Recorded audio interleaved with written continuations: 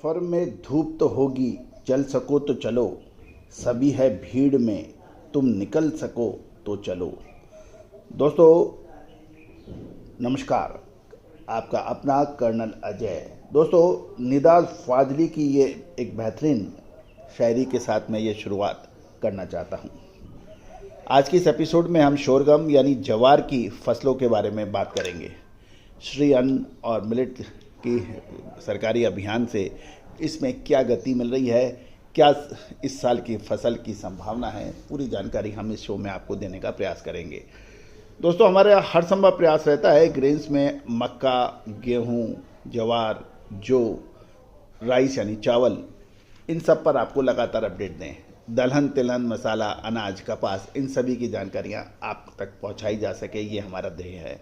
और हम अपने ध्येय में, अपने लक्ष्य में किसी हद तक कामयाब भी हुए। आज देश दुनिया का सबसे अव्वल नंबर 1 कमोडिटी चैनल का जो खिताब आपने हमें बख्शा है, आपने दिया है, उसको हर संभव हम पूरा करने का प्रयास करेंगे।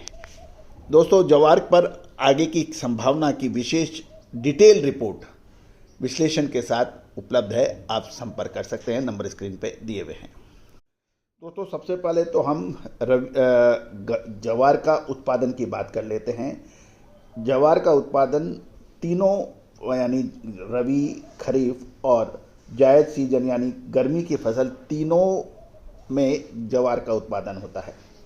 रबी सीजन जो सर्दियों की फसल है, इसमें सबसे बड़ा हिस्सा माना जाता है और 63.5% का इसमें हिस्सेदारी जवार का उत्पादन है। शुद्धता ऐसी जो हर घर की पसंद बने। सुधा महेश ठक्कर, हल्दी के विश्वसनीय निर्यातक। आज ही संपर्क करें। और इसमें सबसे ज़्यादा जो उत्पादन है वो महाराष्ट्र, कर्नाटक आदि में रबी के सीजन में देखा जाता है। और इसके अलावा आंध्र प्रदेश में भी रबी सीजन के अंदर जवार की पैदावार होती है। और रबी सीजन की जो जवार है उसकी क्वालिटी सबसे बेहतर मानी जाती है। इसके दाने बड़े, सफ़ेद और चमकदार होते हैं, इसलिए इसका उपयोग सीधे तौर पर फूड कंजम्पशन यानी मानव उपभोग में इस्तेमाल किया जाता है और सबसे अच्छे भाव इसी जवार के मिलते हैं। दूसरी सीजन है खरीफ सीजन, जो मानसून की फसल मानी जाती है और कुल उत्पादन का लगभग 38% हिस्सा इसमें कवर होता है। राजस्थान खरीफ जवार के उत्पादन में सबसे अव्वल यानी आगे माना जाता है और कुल खरीफ जवार का लगभग 43% जो हिस्सा है वो राजस्थान, उत्तर प्रदेश, हरियाणा और मध्य प्रदेश का माना जाता है। मानसून की बारिश की वजह से खरीफ की फसल है वो कई बार इसमें जवार में दाने थोड़े से काले हो जाते हैं और क्वालिटी हल्की हो जाती है, इसलिए खरीफ जवार का बड़ा हिस्सा पशु चारा यानी एनिमल और पोल्ट्री फीड और औद्योगिक उत्पादन जैसे डिस्टिलरीज और इथेनॉल बनाने में इस्तेमाल होता है। और तीसरी फसल जो है वो गर्मी की यानी जायद सीजन की है, ग्रीष्मकालीन। इसका प्रतिशत बिल्कुल नेग्लिजिबल है। ये फसल उन सीमित इलाकों में उगाई जाती है जहाँ सिंचाई की बेहतर व्यवस्था होती है और मुख्य रूप से डेयरी फार्मिंग और चारे के रूप में इसका इस्तेमाल अधिक होता है। तो सबसे बड़ी फसल रबी की जो अब बाज़ार में होगी उसके ऊपर हम चर्चा कर रहे हैं। दोस्तों साल 2025-26 में जवार का बुआई का रकबा लगभग 4 मिलियन हेक्टेयर के आसपास बताया जा रहा है।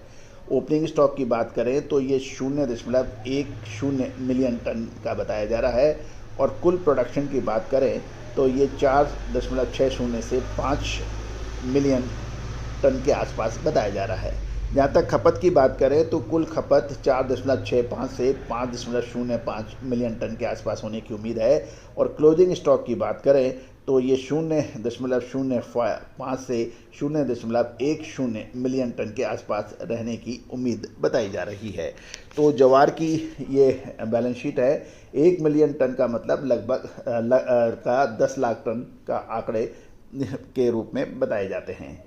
दोस्तों जैसे हमने आपको बता रहे हैं कि पिछले वर्ष के मुकाबले मामूली स्थिरता देखी जा रही है और ये 4 मिलियन टन यानी 40 लाख हेक्टेयर के आसपास रहने की उम्मीद है। कुछ क्षेत्रों में मौसम के पैटर्न और अन्य व्यावसायिक फसलें जैसे मक्का या सोयाबीन की तरफ किसानों के झुकाव के कारण कोई बड़ी रकबे में बढ़त नहीं देखी गई है।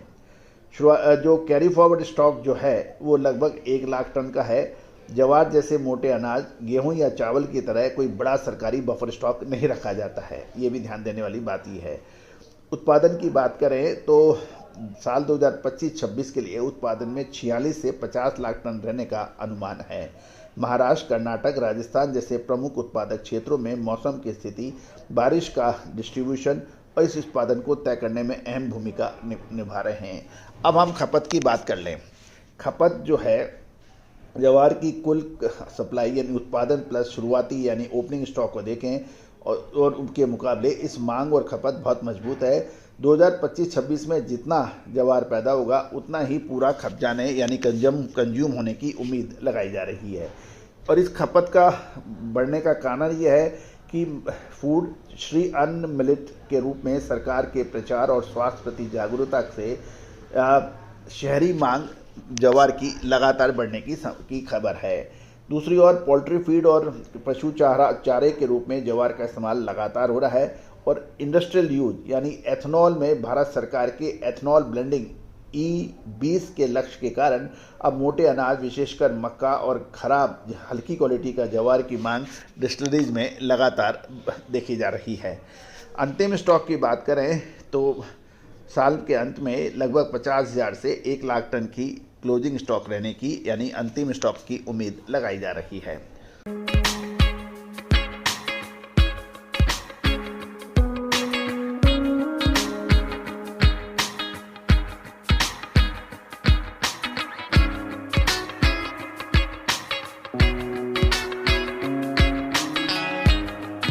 दोस्तों, अब हम जवार के मंडियों के भाव और कुछ जानकारियां आप तक शेयर कर रहे हैं।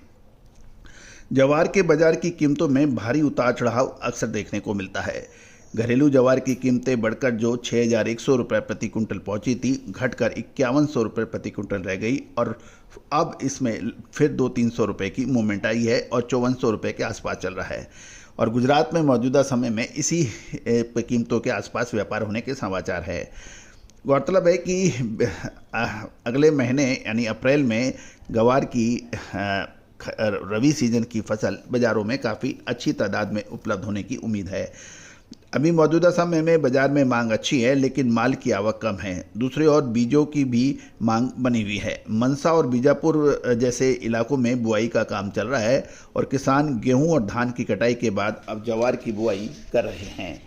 गर्मी वाली जवार की फसल अभी ऊना, कोडिनार, पट्टी, पोरबंदर और घेट जैसे इलाकों से आ रही है। अब राजूला, बंकानेर, चोटिला और बोटाद जैसे इलाकों में बिजाई चलने के समाचार हैं, जिससे मई में बाज़ार में नई जवार की आवक होगी, जिसे जो कि ग्रीष्मकालीन यानी समर सीजन जवार मानी जाती है। किसान गर्मियों वाली जवार की बुआई मुख्य रूप से चारे के लिए ही होती है, क्योंकि चारे की कीमतें काफ़ी ज़्यादा है, इसलिए बुआई का रकबा लगातार बढ़ने की संभावना है।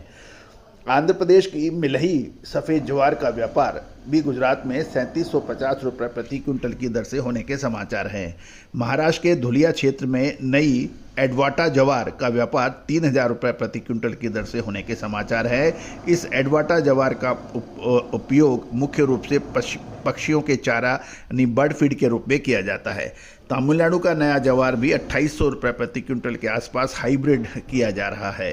राजकोट में नए जवार की आवक अभी अच्छी है और रोजाना 1,500 से 2,000 कट्टे आने के समाचार हैं। जो जैसे जैसे ऊना, कोडिनार लाइन जो आवक है ये ज़्यादातर ऊना और कोडिनार इलाके से आती है। इस साल इस इलाके में जवार की अच्छी फसल होने के कारण बाजार में गिरावट देखी गई थी, लेकिन अब कीमतों में मामूली सुधार देखा गया है। तो दोस्तों, ये था एक विशेष अपडेट और साथ साथ ये भी ध्यान देने वाली बात यह है कि गुजरात में, उत्तरी गुजरात में बुआई के लिए अच्छे बीजों की मांग है और पंचमहाल लाइन में भी मांग अच्छी बताई जा रही है। किसान इस इलाके में चारे के लिए इसकी बिजाई कर रहे हैं, क्योंकि किसान ज्वार की बिजाई अधिक कर रहे हैं क्योंकि इस समय हरे चारे की कीमतें ज़्यादा हैं। गुजरात में ज्वार की कीमत 5,100 रुपये से बढ़कर 5,400 रुपये हो गई है। इस तरह से लगभग 250 से 300 रुपये की बढ़त देखी गई है। सौराष्ट्र, बाकानेर, चोटिला लाइन और बोटाद की तरफ से गर्मी वाली ज्वार की बिजाई बड़े पैमाने पे हो रही है। उत्तरी गुजरात में मनसा और बीजापुर लाइनों में वो बिजाई चल रही है और नई ज्वार ये मई में आने की संभावना है, जो कि गर्मी की ग्रीष्मकालीन मानी जाती है। गौरतलब है कि अब ज्वार एक निर्णायक मोड़ पर आ गया है।